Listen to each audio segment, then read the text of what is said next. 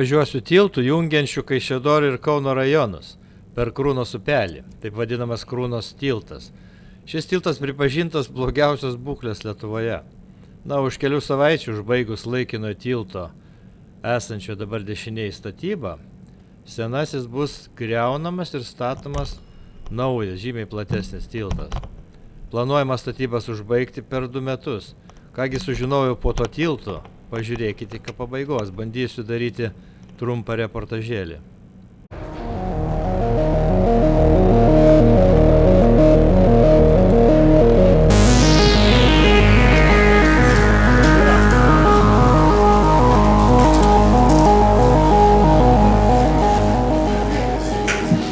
Sveiki visi, sveikinuosi su visais susirinkusiais šiandien, su susisiekimo ministru Eugenijum Sabučiu, su Martynu Gedaminsku, Via Lietuva vadovu laikinai einančių pareigas, žinoma su žiniasklaidos atstovais, kolegomis, na ir visais kitais svečiais. Taigi, kovo 15 dieną jau oficialiai pasibaigė žiemos technologinė darbų pertrauka keliuose ir todėl net, nuo šiandien ryto jau iš tikrųjų prasideda naujasis sezonas. Taigi šiandien mes jūs pakvietėme į gan įprastą vietą ir čia organizuojama spaudos konferencija. Tačiau šią vietą pasirinkome tikrai neatsitiktinai. Na, mes esame prie Krūnos tilto ir dėja šis tiltas yra blogiausios būklės tiltas Lietuvoje, bet tikimės, kad neilgam. Ir taip pat esame šalia automagistralės A1, kitaip žinomas kaip Vilnius, Kaunas, Klaipėda, kuri irgi yra intensyviausias šalies kelias. Iš čia galime matyti ir iš tikrųjų esame po laikinų tiltų, jis yra pirmasis toksai Lietuvoje ir mūsų partnerių įmonė Tilsta šį tiltą atsivežė iš Lenkijos, o jis anksčiau buvo naudotas Jungtinėse Amerikos valstijose. Taigi, šiandien turime 3 temas, kurias norime jums pristatyti. Pirmoji tema tai yra naujas ir tvarus kelių finansavimo modelis. Antroji tema tai yra svarbiausia šiais metais suplanuoti kelių infrastruktūros darbai Lietuvoje. Ir trečioji tema, kadangi esame prie Krūnos tilto, tai iš tikrųjų pakalbėti ir apie Krūnos tilto rekonstrukciją. Ir čia turėsime ir nedidelę ekskursiją, kurios metu galėsime pažiūrėti detaliau į šį statymą. Ir mano pristatymas iš tikrųjų iš esmės yra iš 3 dalių. Apie tai, kai nori kalbėti apie tai, kas bus ateityje, truputį reikia pasižiūrėti, ką mes turime šiandien. Tai, ką mes turime šiandien, ką planuojame ateičiai ir ką tikimės, kad ateitis padarys geresnį.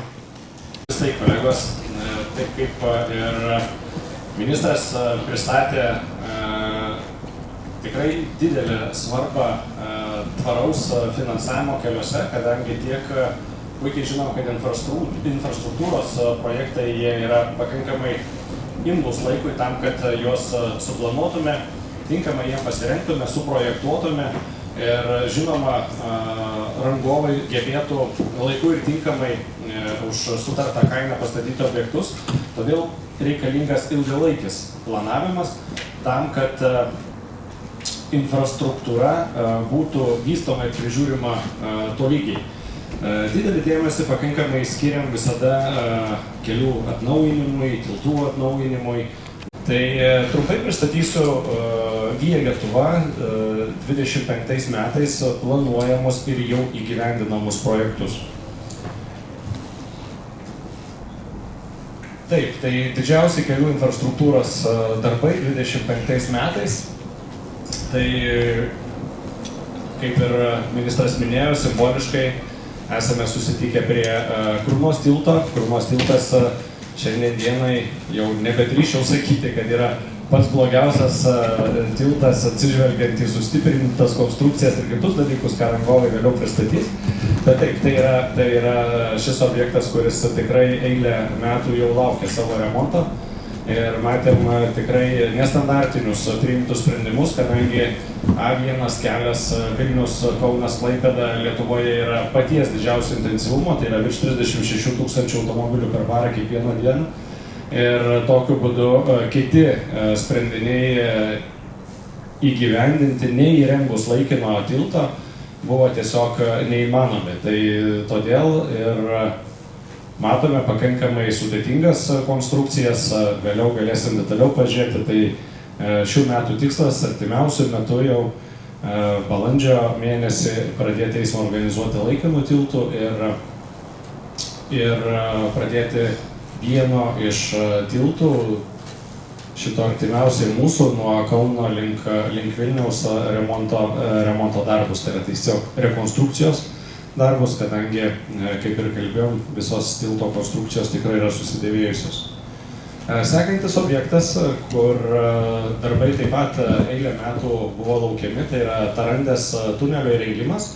Taip pat darbais planuojame startuoti jau šią ar kitą savaitę, pasirengimai darbai vyks, derinamos eismo organizavimo schemos ir kiti klausimai. Planuojama, kad tunelio statybos darbai baigsis kitų metų pradžioje.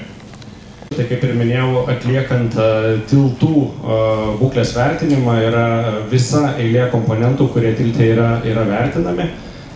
Ir pagrindinis akcentas ir pagrindinis dėmesys visada yra skiriamas į laikančias tilto konstrukcijas, tai yra tilto perdanga, yra tilto atramos, ant kiek jos yra paveiktos laiko ir faktorių, kurie tą įtakoja, kaip ir paminėjau, vienas iš jų.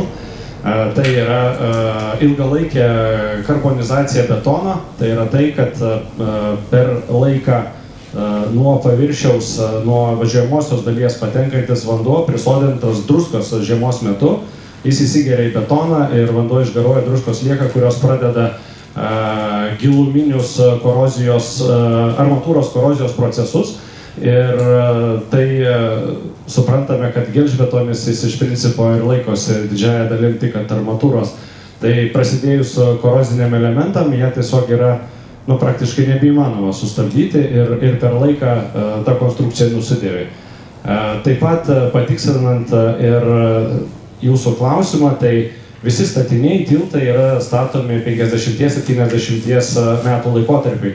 Tai kaip mes jį gerai prižiūrėtumėm, kaip gerai mes su juo besielgtumėm ir savalaikiai jį investuotumėm, vis tiek, kaip ir kiekvienas objektas, jis pasiekia savo gyvavimo termino pabaigą. Tai čia yra vienas iš tų objektų, kuris taip pat jau visą eilę metų tarnavo. Taip pat tiltai buvo statomi didžiąją dalim rytų Europoje, neišimtis ir Lietuva pokario laikotarpiu.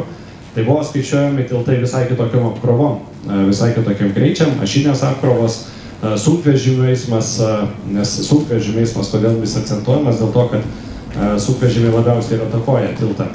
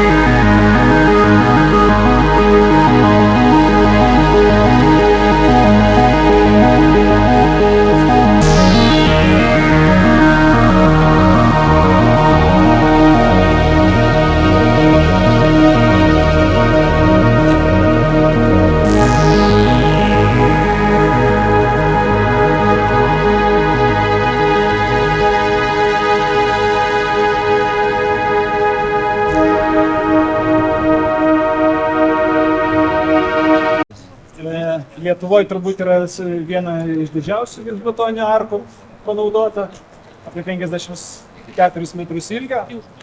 Pastatytas yra prieš 60 metų, 1960 metais, per 2 etapus pastatytas.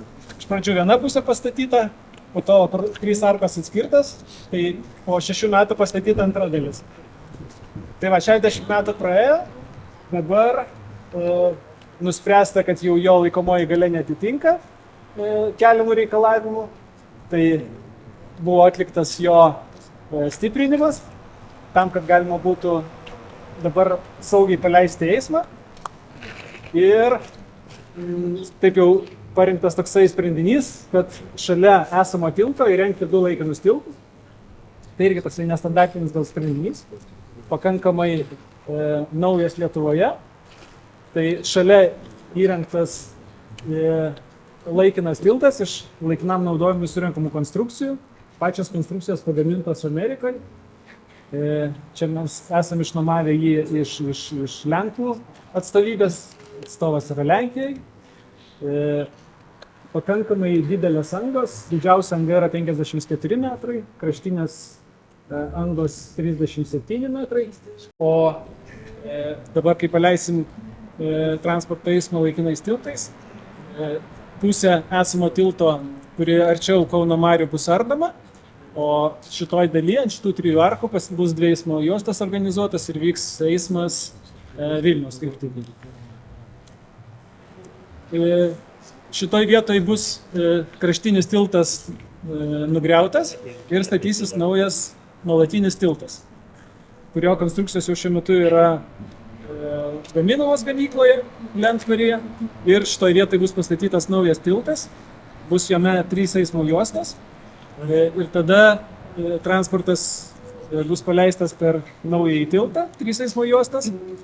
Ir kadangi netilps jau antroji dalis tilto vietoj senosios arkos, reikės nuardyti vieną laikiną tiltą.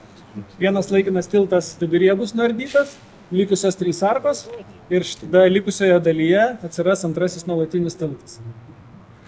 Tai va, šitiems darbams skirta yra 2 metai ir tikimės, kad jau 2026 metų eismas vyks naujais tiltais nuolatiniais, o tada likęs laikinas tiltas bus nuardytas. Laikini tiltai sveria vienas visom konstrukcijom apie 400 tonų, tai abu apie 800 tonų. Šito laikino tilto stiprinimui panaudota irgi maždaug 150 tonų konstrukcijų, pastolių, sijų, plieno. O naujo tilto konstrukcijos kiekviena svers po 750 tonų. Tiek vienas tiltas, tiek tiltas.